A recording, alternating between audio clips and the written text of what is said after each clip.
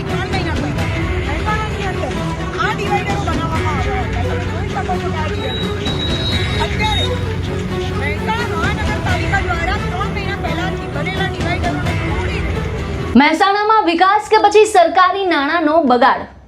માત્ર 6 મહિના પહેલા બનાવવામાં આવેલા ડિવાઈડરને તોડી હવે એ જ રોડ પર 50 કરોડ રૂપિયાના ખર્ચે આઇકોનિક રોડ બનાવવાની કામગીરી છે તે શરૂ કરાઈ છે. આ મુદ્દે કોંગ્રેસ આક્રમક બની છે. મહિલા કોંગ્રેસ પ્રમુખ ડોક્ટર મેઘા પટેલે મનપા સામે સવાલોની જડી લગાવી છે અને આંદોલનની ચીમકી પણ ઉચ્ચારી છે.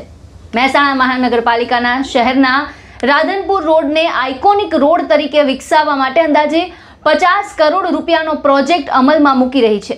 પરંતુ આ પ્રોજેક્ટ શરૂ થતાં જ વિવાદ પણ શરૂ થયો છે, કારણ કે કોંગ્રેસનો દાવો છે કે આજે જે ડિવાઈડર તોડી પાડવામાં આવી રહ્યા છે તે માત્ર 6 મહિના પહેલા જ લાખો રૂપિયાના ખર્ચે બનાવવામાં આવ્યા હતા. હવે એ જ ડિવાઈડરને તોડી ફરીથી કામ શરૂ થતાં અનેક સવાલ ઊભા થયા છે. મહેસાણા મહિલા કોંગ્રેસ પ્રમુખ ડોક્ટર મેઘા પટેલે સ્થળ પર પહોંચી વિડીયો બનાવી મનપાની કામગીરી પર ગંભીર સવાલ ઉઠાવ્યા છે.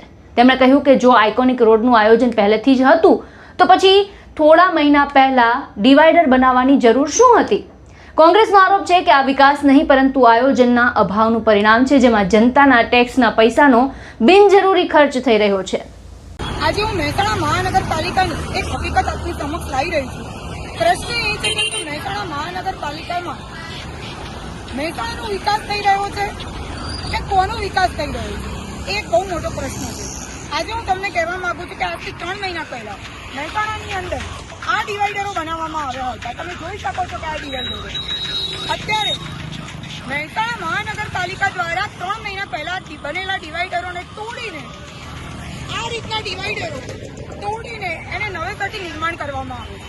તો મને એક પ્રશ્ન થયો કે શું પ્રજાના નાણાં ખોટી રીતે વેડફાઈ નથી રહ્યા? તો મહેસાણાની જનતાને પણ જાગૃત કરવા માંગુ છું અને મહાનગરપાલિકાને પૂછવા માંગુ છું કે તમે સત્તાવાર મહેસાણાની જનતાને જવાબ આપો કે તમે એવી શું જરૂરિયાત ઊભી થઈ કે તમે 3 મહિના પહેલા બનેલા ડિવાઈડરો તમારે તોડવા પડ્યા અને નવા ડિવાઈડરોનું નિર્માણ કરવું પડ્યું.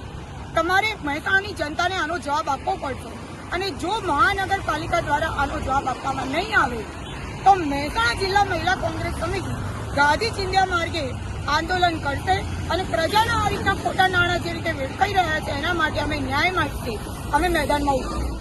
ડોક્ટર મેઘા પટેલે મનપાની ચેતવણી આપતા કહ્યું છે કે જો સમગ્ર મામલે પારદર્શક જવાબ નહીં આપવામાં આવે અને જવાબદારી નક્કી નહીં કરવામાં આવે તો કોંગ્રેસ રસ્તા પર ઉતરી આંદોલન કરશે. હવે સવાલ ખરેખર એ છે કે શું આ શહેરના વિકાસ માટે જરૂરી કામગીરી છે કે પછી યોગ્ય આયોજનના અભાવે સરકારી નાણાંનો ફરી એકવાર બગાડ થઈ રહ્યો છે? આ સવાલોના જવાબ હવે મહેસાણા મહાનગરપાલિકાએ આપવા પડશે. એક તરફ મનપા આઇકોનિક રોડને શહેરના આધુનિક વિકાસનું પ્રતીક ગણાવી રહી છે તો બીજી બાજુ કોંગ્રેસ આ સમગ્ર કામગીરીને બિન આયોજિત વિકાસ અને જાહેર નાણાંના બગાડનું ઉદાહરણ ગણાવી રહી છે. હવે નજર રહેશે કે મનપા કોંગ્રેસના આક્ષેપોનો શું જવાબ આપે છે અને આ વિવાદ આગામી દિવસોમાં કયો રાજકીય રંગ પકડે છે. આ સમગ્ર મુદ્દાને લઈને આપના શું વિચાર છે અમને કમેન્ટ બોક્સમાં જણાવો અને તમામ ન્યૂઝ અપડેટ માટે અમારી ચેનલને સબસ્ક્રાઇબ કરવાનું ભૂલશો નહીં.